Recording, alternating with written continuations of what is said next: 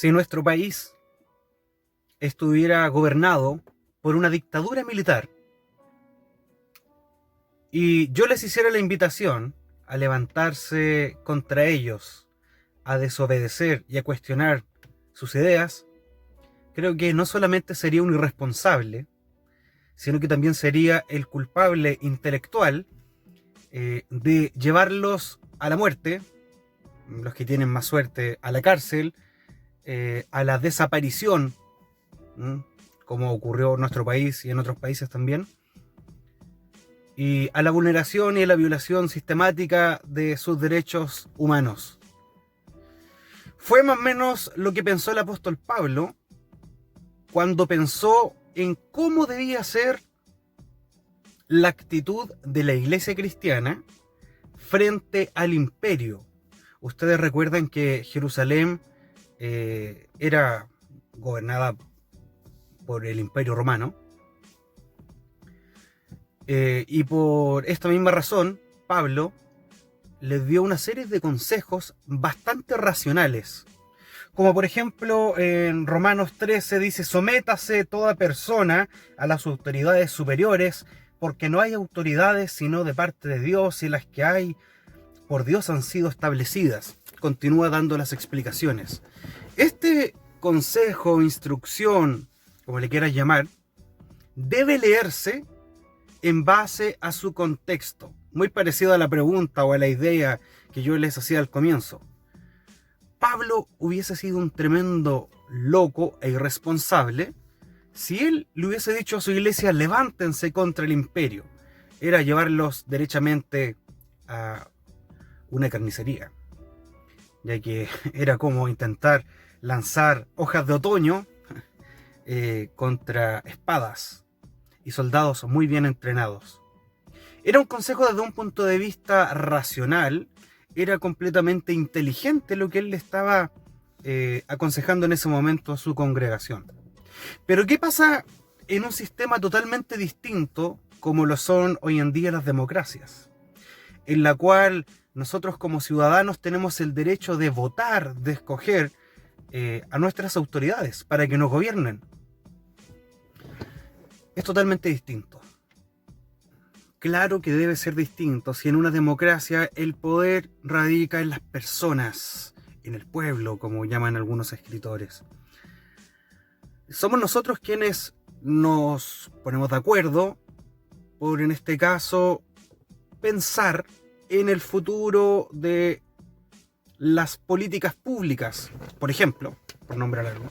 Con respecto a las leyes que se van a gestionar en el Congreso, somos nosotros quienes no solamente con nuestros impuestos pagamos los sueldos de estos trabajadores públicos, sino que también somos nosotros quienes ponemos a estas personas en base a nuestras convicciones, en base a nuestros principios y a nuestras prioridades también. Por eso me impresiona mucho, me impresiona demasiado, no estoy exagerando, de verdad, el servilismo con el cual nosotros miramos a nuestras autoridades. Y hago una autocrítica, me hago una autocrítica en lo personal también como cristiano, ya que polarizamos los versículos, los textos bíblicos que aparecen acá, escritos para un contexto. Estaba escrito en el contexto de un imperio. Eran solamente una provincia de Roma. ¿Qué derechos podían tener? Me impresiona el servilismo con el cual miramos a nuestras autoridades.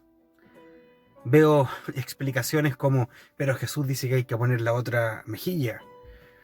Como intentando decir: no basta con el daño que las autoridades te pueden infringir con sus políticas, sino que tienes que buscar tú un doble daño. Esa es como la lógica. Que abusen de ti y que abusen de nosotros. Pero veo algo realmente que nos está saliendo de las manos. Ya algo nos adelantaba el despertar social el año pasado, el 2019, por lo menos acá en Chile, cuando la gente se cansó de la desigualdad social, de la colusión de los poderosos, de los pocos derechos sociales que, por ejemplo, estaban establecidos como derechos en la Constitución, del tremendo negocio que tiene la educación y, por supuesto, de la corrupción política. Sí, esas mismas personas por las cuales nosotros votamos se coluden no solamente para perjudicarnos, sino para solamente remar para el lado de los más poderosos de la sociedad. Creo que el coronavirus, en todo este contexto, nos viene a decir algo impresionante, que esas luchas, al parecer, no estaban del todo equivocadas. Probablemente podemos discutir si era la forma o no era la forma, como se discutió prácticamente todo el final del 2019. Pero podemos ver que en medio de esta crisis, el personal médico, el personal del área de la salud está prácticamente abandonado, con herramientas muy limitadas. No solamente en mi congregación, contamos con personal que trabaja en el área de la salud, también tengo familia, también tengo conocidos, y me cuentan de que no hay alcohol gel, no hay mascarillas, no hay elementos de seguridad, en este caso básicos, para poder abordar una emergencia como esta. Y muchos de nosotros como cristianos criticamos por siempre las marchas, criticamos las manifestaciones, los paros, cuando estas personas lo único que hacían era antecederse a una situación como esta, y es que la salud pública está abandonada o descuidada, por lo menos, desde hace mucho tiempo. Podemos ver también en el lado laboral. Este gobierno, al menos, nos ha dado un tremendo mensaje. Él prefiere que nuestras familias sean las que quiebren económicamente y no quiebren las empresas. Esa es la lógica.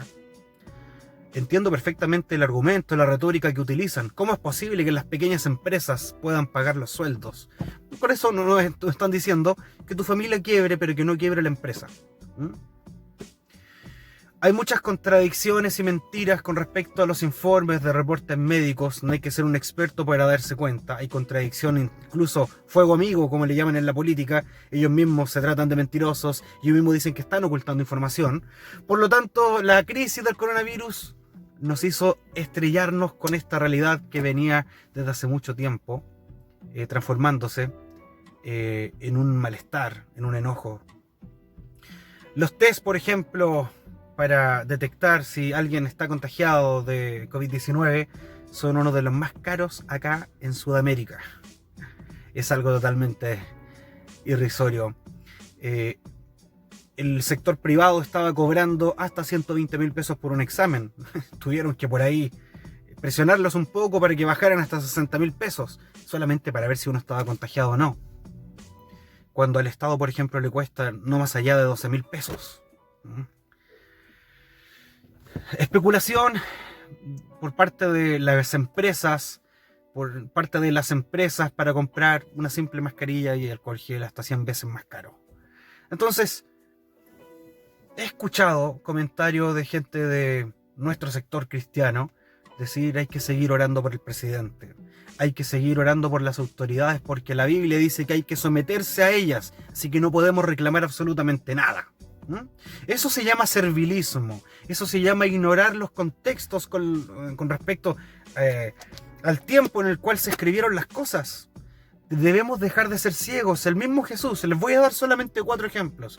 El mismo Jesús nos dio una tremenda lección de cómo poder manifestar nuestra molestia, nuestra protesta, nuestro enojo de una forma digna, creativa y no violenta.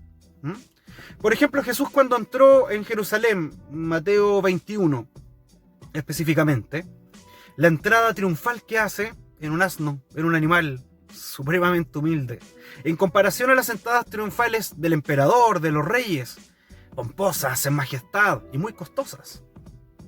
Jesús dijo, en otras palabras, con este acto: mi reino es distinto, mi reino no es como el de ustedes. Una forma digna de decir: somos personas, de una forma creativa pero no violenta. También, por ejemplo, en Mateo 5:41, cuando habla de la milla más, no me quiero enredar en cuánto se refería en kilómetros. En la conversión simple de una milla en este tiempo serían un par de kilómetros importantes. 1609 kilómetros buscaba adelante. No es el punto, no es el contexto. Cualquier romano podía tomar a un ciudadano de Jerusalén y decirle: acompáñame, toma, estos son mis bolsos, son mis cosas, carga estas cosas una milla más. Jesús les dice: tú ofrécele una milla más. ¿Qué está diciendo con estas palabras Jesús? ¿Que nos hagamos un doble daño? que seamos serviles. No, él acá está creando una forma digna, creativa y no violenta de protestar, de reclamar, como diciéndole: yo casi soy tu esclavo, según el imperio al cual tú formas parte, pero no tienes mi vida en tus manos. Qué bonito y qué distinto es reflexionar de este modo con respecto a las escrituras. Otro ejemplo de dar a demostrar nuestra disconformidad, nuestro malestar, incluso haciéndolo de una forma de protesta digna, creativa y no violenta, es el controversial texto bíblico que aparece, por ejemplo, en Lucas 6:29, de dar la otra mejilla. Ustedes saben que para el siglo I, ese alrededor, había muchas cosas impuras para los judíos. Una de esas cosas era la mano izquierda. Había muchas limitaciones, muchas cosas que no podían hacer con la mano izquierda. Entonces lo debían hacer con la mano derecha. Eso es lo primero. Lo segundo, una forma de castigar a una persona que tú considerabas inferior era con el lado A de la mano. Con esta parte, con el lado exterior de la mano, podríamos decir. Una forma de castigar a los esclavos era dándole una bofetada con esta parte. Los hombres maltratadores de la época con sus mujeres golpeaban a las mujeres como diciéndole: toma tu lugar, con esta parte de la mano. Golpear a una persona con este costado de la mano era básicamente poner a la otra persona a la misma altura que la tuya, del castigador. Entonces hay algo completamente impresionante en esta forma en la que Jesús nos dice: pon la otra mejilla. En otras palabras, si alguien te golpea con desprecio con el lado exterior de la mano, ofrécele también la otra, porque con esto tú estás protestando, con colocar la otra mejilla, te está golpeando con la parte interior de la mano y le estás diciendo: ahora estamos a la altura, ahora estamos en la misma posición, tú no eres superior a mí, tú no eres más importante de lo que yo soy. Mi vida, en otras palabras, no está en tus manos. Qué lindo, qué distinto es ver así las escrituras. Y en cuarto lugar, otra forma digna y creativa y no violenta de dar a demostrar nuestro malestar, nuestra disconformidad, es cuando vemos el ejemplo de Jesús en el templo, rodeado de estos mercaderes que lo que habían hecho, más que vender, más que comercializar en el templo, si era bueno o malo, es discutible, es la frialdad con la que estos mercaderes hicieron alianza con el imperio romano, porque era el imperio romano quien les, en este caso, permitía poder ejercer ciertas acciones, bien limitadas, pero el imperio le permitía. Entonces esta frialdad con la que estos mercaderes negociaron con el imperio para poder vender sus cosas, para posteriormente pagar el impuesto a ellos como imperio, esto fue lo que afectó al corazón de Jesús. No es posible, dijo, si estos romanos nos han pisoteado, estos romanos nos han puesto por mucho tiempo el pie encima, castigándonos, menospreciándonos casi como esclavos. Por eso se enojó Jesús. Esto fue lo que enojó a Jesús: la frialdad con la que algunos se someten y hacen alianzas con los equivocados. Hago esta pregunta en esta mañana, tarde o noche, según estés viendo el video. ¿Estás respetando a las autoridades o le estás sirviendo? Creo que todos tenemos que respetar a nuestro prójimo. Es obvio, nadie es mayor o inferior. Todos somos personas y demandamos respeto, pero también demandamos dignidad. Basta de estar comunicando en las congregaciones y promoviendo el servilismo a las autoridades. Basta de justificar de que Hitler, por ejemplo, ajustició a los judíos y gitanos porque esa fue la raza que crucificó a Jesucristo. He escuchado ese tipo de tesis. Basta en decir de que Pinochet fue un instrumento en las manos del Señor para castigar a los comunistas porque no creen en Dios. Basta de esas idioteces. Llegó el momento en el cual debemos comenzar a reflexionar bíblicamente, a hablar más de Jesús y menos de nuestras tradiciones, aquellas que nos enseñaron desde que éramos pequeños. Basta de abusos, basta de pensar de que Jesús quiere para nosotros un doble daño. Que tengas bien.